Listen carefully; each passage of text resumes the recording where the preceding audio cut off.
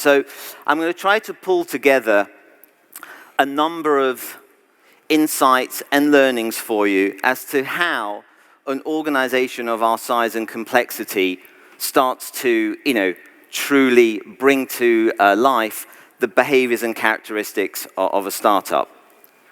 But what I'd like to do before we sort of, dive deep into that is just pull back a little bit and look at some of the fundamental challenges we're all facing in today's reality. Be it plastics, be it impacts in our biodiversity, be it climate change, and even the experimentation around, floating cities due to the rising sea levels which are being caused by climate change.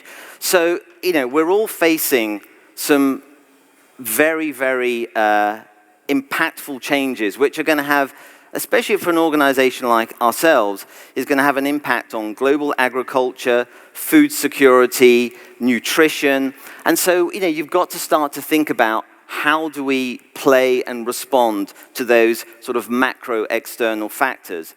And if I bring some of those trends closer to home and in the areas that, we're really interested and focused on, the food trends are continuing to increase at a pace, be it alternative plant proteins, the rise of flexitarianism, gluten-free, lactose-free. How do we start to truly surf those trends and capitalize on the possibilities and opportunities that those particular trends offer us? And so not just ourselves, but many major food companies are looking to, if you like, partner and collaborate with small, medium enterprises or startups in this particular space. Now, in terms of, let me just click all these ones through. If we look at some of those factors that are going to impact how organizations like Nestlé will marry up with startups or small, medium enterprises, there are a number of sort of factors that I've highlighted. The corporate boundaries are becoming much more porous. And what I mean by that is this sort of outside in and into the outside is becoming much more fluid.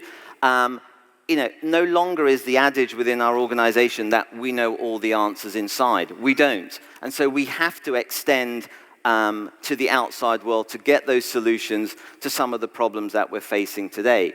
Many organizations, including ourselves, have really started to accelerate that digital journey and that sort of transformation of how you bring technology into an organization like ourselves.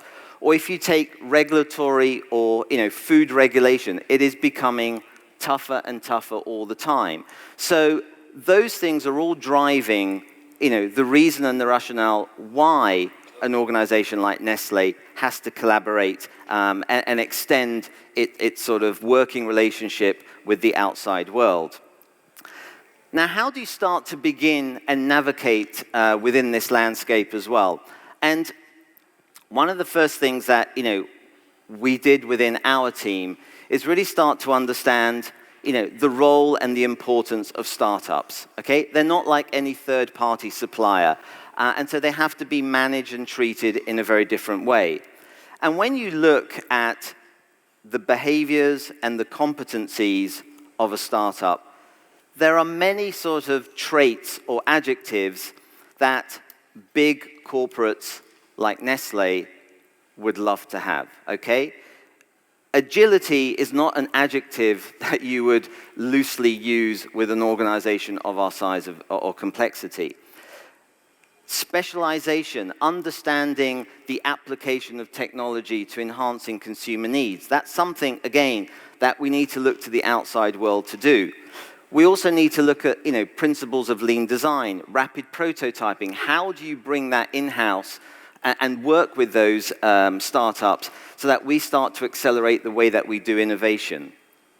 And again, when you sort of look closely at the culture of a startup, again, it is a very different world to the world that I've lived in for the last 22 years or so. There's one more there. And so, we want that sort of agile, fleet of foot thinking in organization. We want to make people when we're working with these particular individuals to feel uncomfortable, because that will make us drive and work much harder in finding that solution.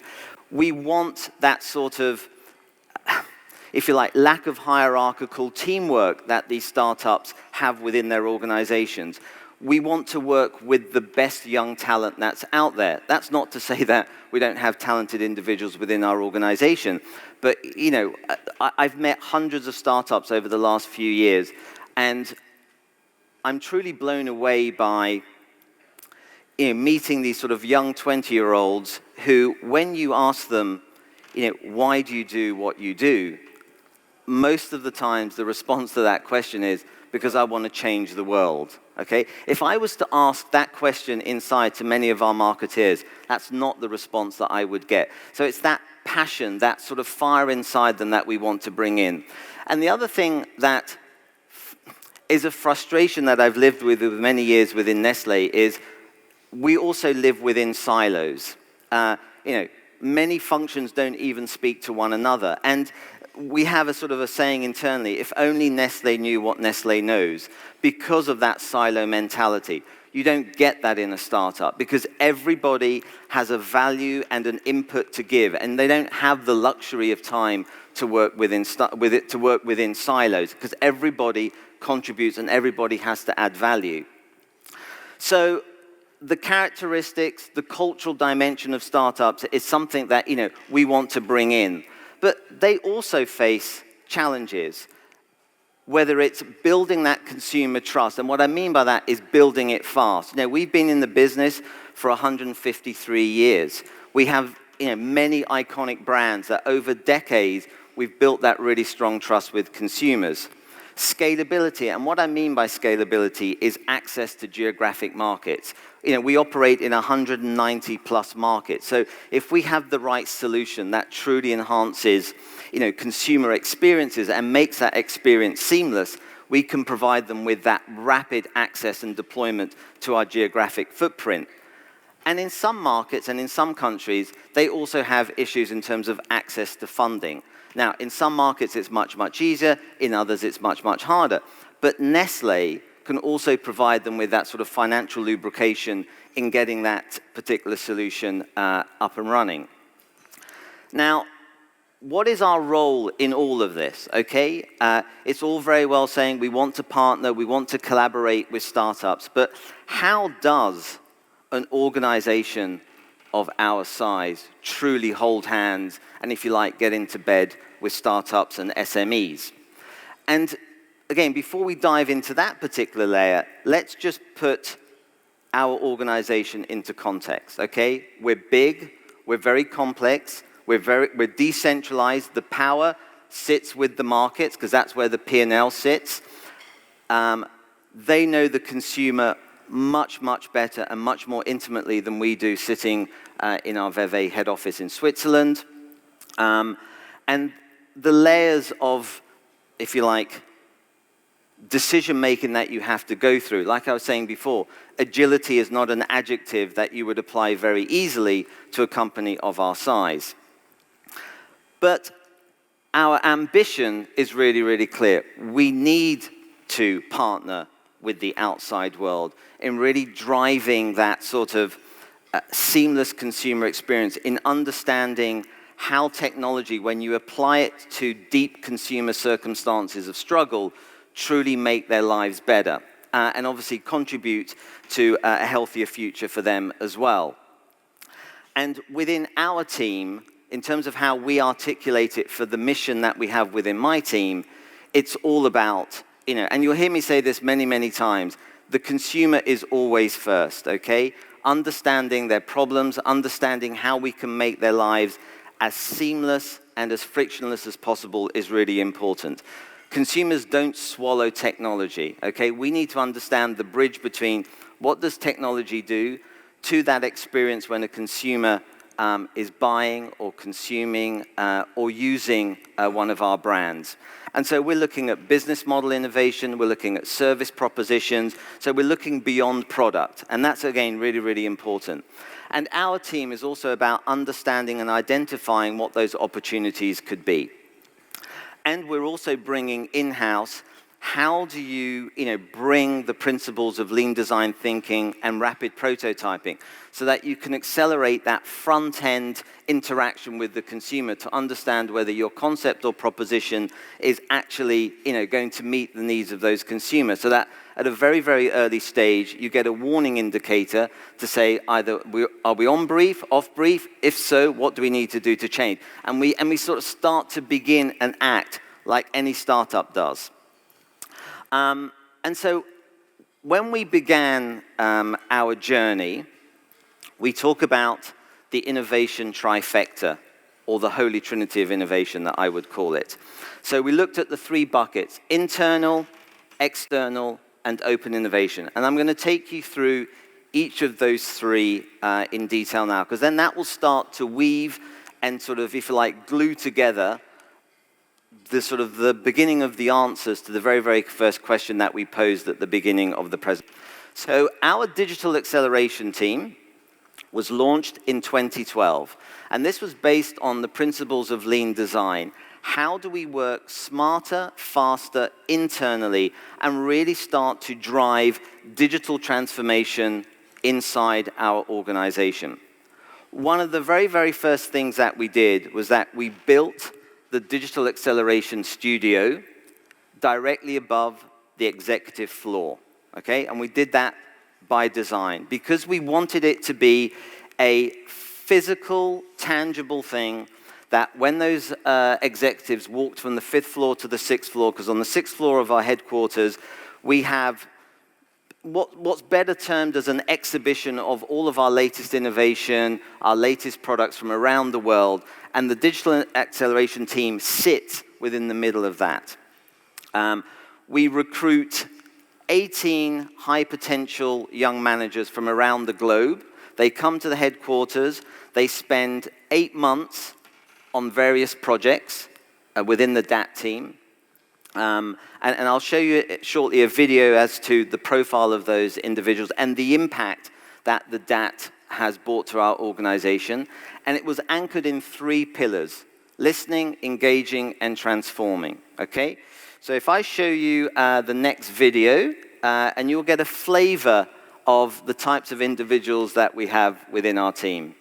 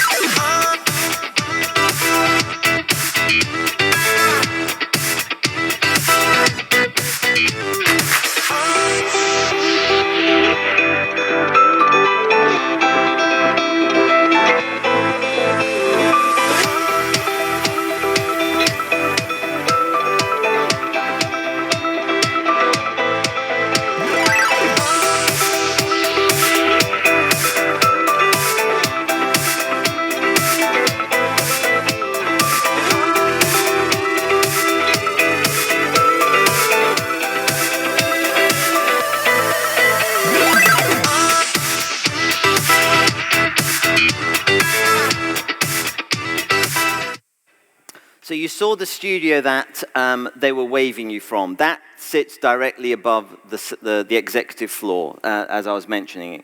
And they work on, if you like, 6 business impact drivers that we call. So they'll be working on individual projects for the business, and my DAT 11 team right now is working on 28 projects across different strategic business units, markets, or globally managed business units.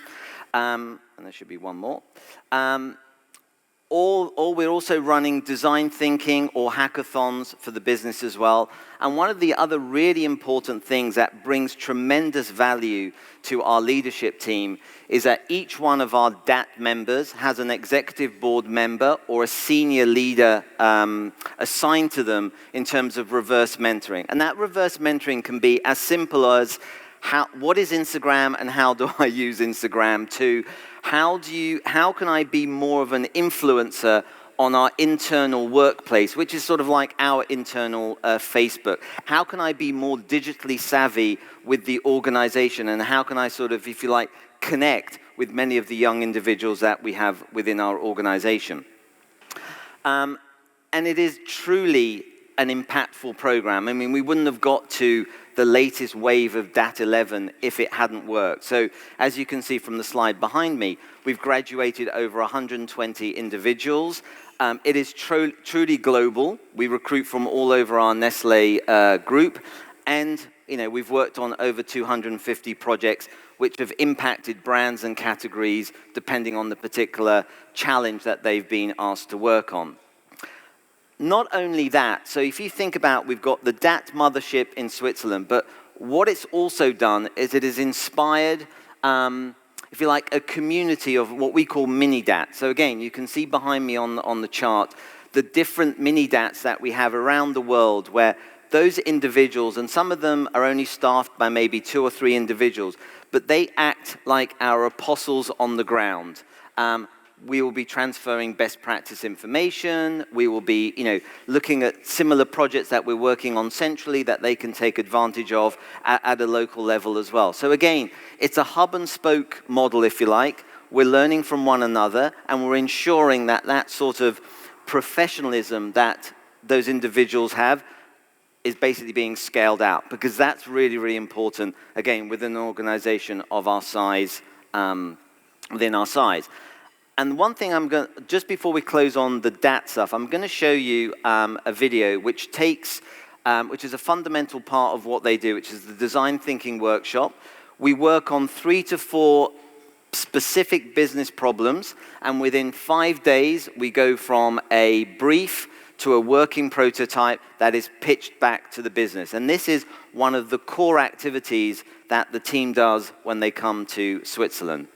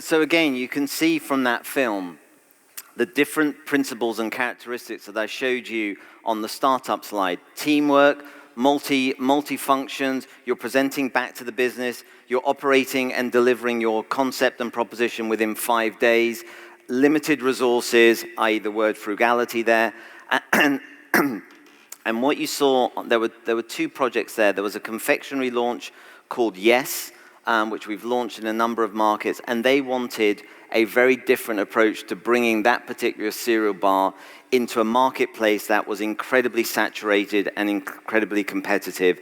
There was also, you saw Illumina, which is one of our very premium infant formula products. How do you use the packaging as a physical asset and make it come alive and provide nutritional information and other interactions with the consumer? Because that can of infant formula in China costs close to $80. So, you know, they're the types of challenges that the team is working on under, you know, an incredibly tight timeline. So that's the internal part of the Holy Trinity. If I now look at the external part, and which is another critical part of that particular journey, in 2013, we opened up our Silicon Valley Innovation Outpost based in San Francisco. 11, 12 people, I think, that we have there right now. Cross-functional, again, both internally and externally recruited talent. We have a number of startup individuals who have sold or exited their business, and they've come to work for us.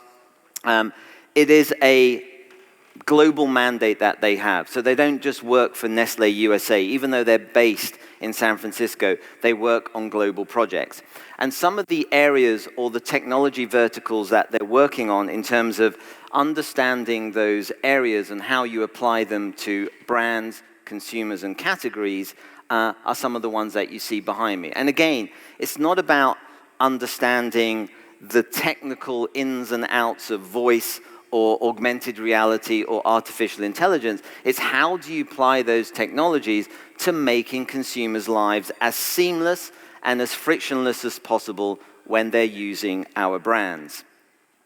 And just in terms of some of the examples that they're working on. So, you know, we're looking at how do you quantify individuals when they're, you know, when they're using our product? So they've been doing a project with sort of wearables and our Milo brand in Malaysia, in Singapore. So tracking child's activity, rewarding, you know, physical activity and behavior, to looking at very new direct-to-consumer business models. So in the US, we have a business called Toll House.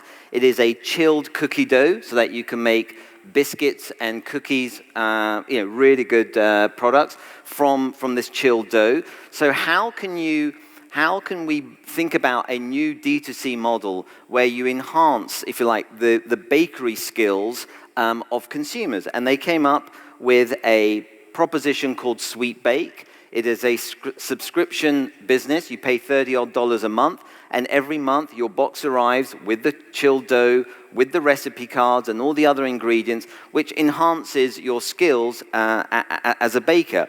We're also looking at how do you work with different delivery partners in either bringing food or even pet food to your home as and when you need it, or even to your office as well. We're just in the process now of scaling out a project we call the Connected Freezer.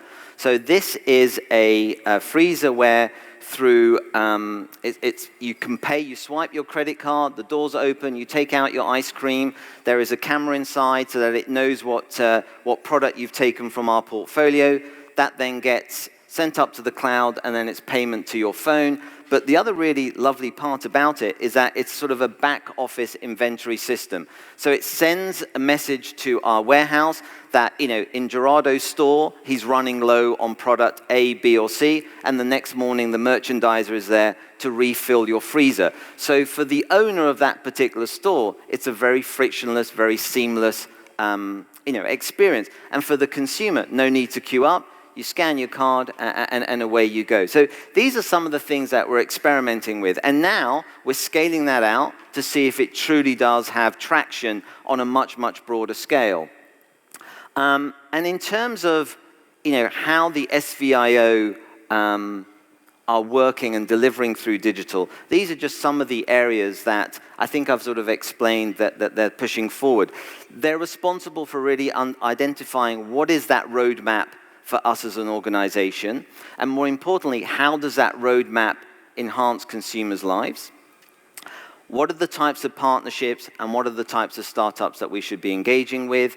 And more importantly, we're all charged with how do we scale up, okay? It's great having a pilot market, but we're in 193 markets. So how do you truly bring that business impact and business transformation to the forefront? And in terms of summarizing how we help our markets win in this particular area, again, these are some of the tasks that the SVIO team are responsible for. And just to bring one of the examples to life, let me just show you this quick video for a recent project that the team did with our Nestlé professional business.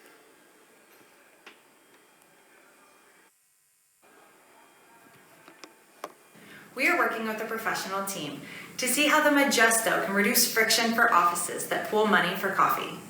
The Majesto is RFID enabled, and office managers can purchase RFID tags for employees. However, our initial tests with consumers led us to understand that they would rather not carry yet another card. So last week, we ideated and began prototyping 4 alternative methods to see if there may be a better solution for the consumer and the office manager.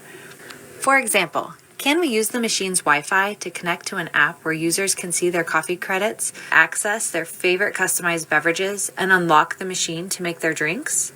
They could even alert colleagues when they're going on a coffee break. The next solution was to use credits to release pods from a dispenser.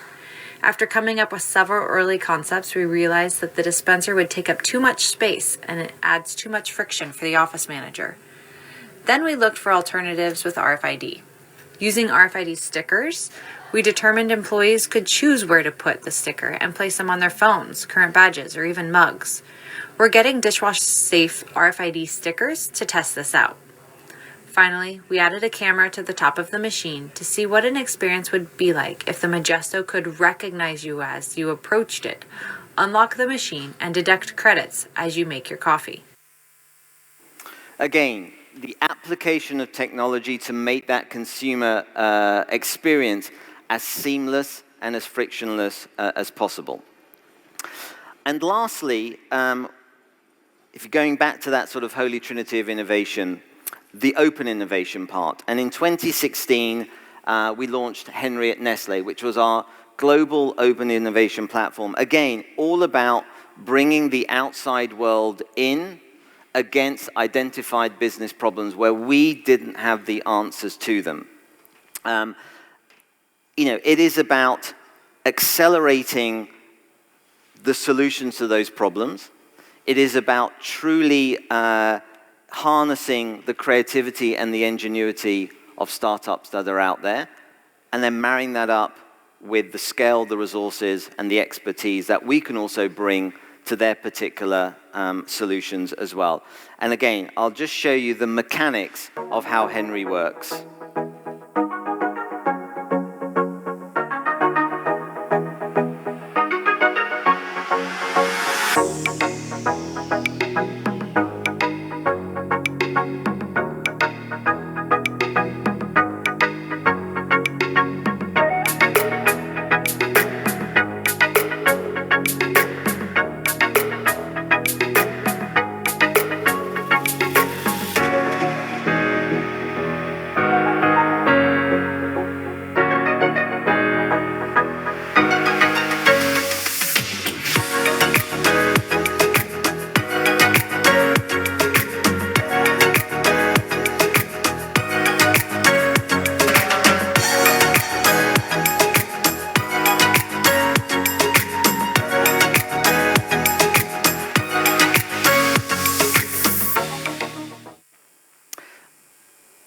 And when I designed Henry with the agency, there were 3 buckets to the types of projects that we'd like to have. One obviously is digital transformation. The other is what I would call pure play product innovation. And the third bucket was around sustainability or purpose. To date, purely more by design, we've had every single project that's come through Henry, through our internal teams, has been focused on sustainability or purpose-led problems, which is great because I think that really fires up the startup community in working with us. And again, those projects that we want on Henry have to enhance our consumers' lives. They have to contribute to a healthier future. It is not just an idea suggestion box, because you saw from the video there is, a lot of commitment that we put behind Henry and the working relationship that we have with startups. And one of the most important things that we designed right from the very beginning was that we didn't want to, if you like, default this to a brand manager, or because we need people that have the decision-making authority, that if you need to spend more time in prototyping or getting more money for that particular project. So senior sponsor stakeholder is really important. Every single challenge that we get on Henry has to have a minimum of $50,000, which we call that lubrication to get you going from the concept into prototyping, into proof of concept, and hopefully deployment. And again, every single project enables you, the startup, to have direct access to the owner of that particular challenge as well. And again, we call this sort of the mutual value exchange. It is a two-way relationship. Again, from the work that we did in meeting and researching Henry before we launched it, many startups said, but the thing of getting into bed with corporates is, A, you'll steal our ideas, then we get radio silence, and then, you sort of drop us. So we wanted to do it very, very, very differently. And again, we spend a lot of time internally with the teams talking about how you have to work with startups. So there's a big internal education job that we've done. And again, open innovation isn't something, isn't something new that, can I just go back one?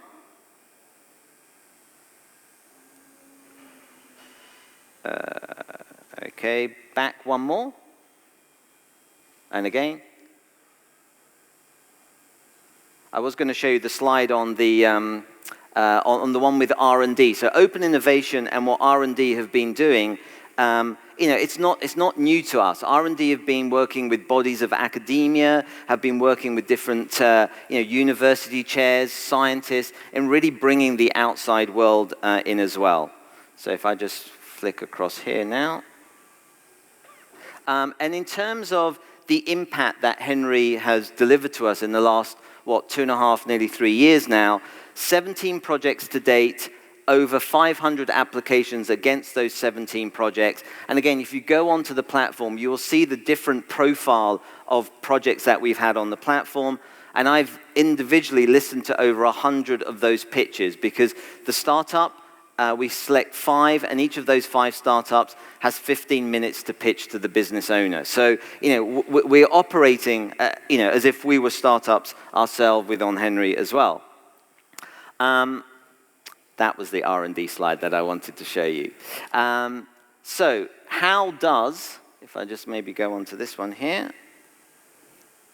So again, it's about opening up the doors of possibility, broadening our horizons, bringing the outside world in, and getting as close as possible to those innovators and entrepreneurs out there. And in terms of how does that, how do we wrap this all together and enable us to act like a startup? Again, like I said right at the very, very beginning, there we go, it's all about meeting those consumer needs first and foremost. Consumers don't swallow technology, they don't buy technology, so we need to bridge those two gaps together. But we also need to make sure that we understand the technology and the application of that technology. Making sure that you have the right people in the right jobs when you're working in internal, external, or open innovation. Challenging our organization internally to think differently, and to embrace what the outside world brings in as well. And I think this is how the future is going to have to be, because we don't have all the answers internally. And again, in terms of learnings from my personal journey in this space, there are sort of 5 key things that I'd like to quickly share with you. Number 1, our executive board, in all of those examples that I've just taken you through, the DAT, SVIO, and Henry, they've been fully involved right from the very beginning when we were pitching to them in the executive boardroom. And I think having a CMO and a CEO that is really passionate about this area makes it so much easier in sort of pushing it through the organization. I said it just before, having the right individuals and resourcing the teams with the right individuals and the right mix of individuals is really, really important. I've heard throughout the last day and a half the word simple, simple, simple over and over again, and that's exactly what we try to do with our governance and our compliance frameworks on all of those things. On Henry, the brief is only 2 pages. SVAO, the brief is only 2 pages. The NDA, we put that down to 2 pages as well, because we don't want to suffocate startups when they finally get to us and we land them with an 80-page legal document. A, they don't have the time to read it, and B, they don't have the legal resources to do that either. So keep life as simple as you can.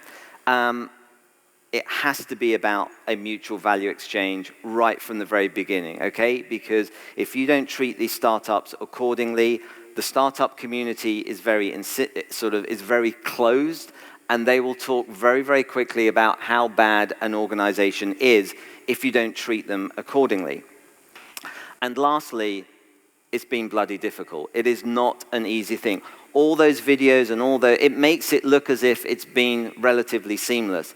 It hasn't. There have been many, many bumps along the way, and I think those bumps are great learning points and great data points for us as well. So you have to be prepared to dust yourself off, restart again, repivot, and keep going. But that's what innovation is all about. It is a bumpy journey.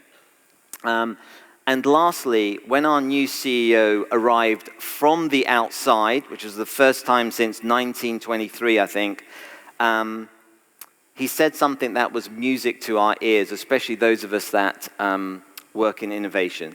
And he said this behind, because in our organization, historically, perfection was what was sort of the mantra. And as we all know, perfection is the enemy of good. It really, really slows you down. So for a new guy to come from the outside and say, get stuff out the door, I'd rather have it 80% right than 110% perfect, is just probably the best thing that any of us working in any of these teams could have heard.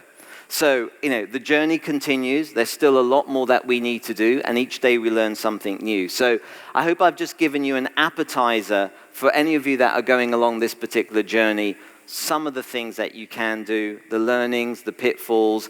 And with that, I'd like to say thank you very much for your attention this afternoon.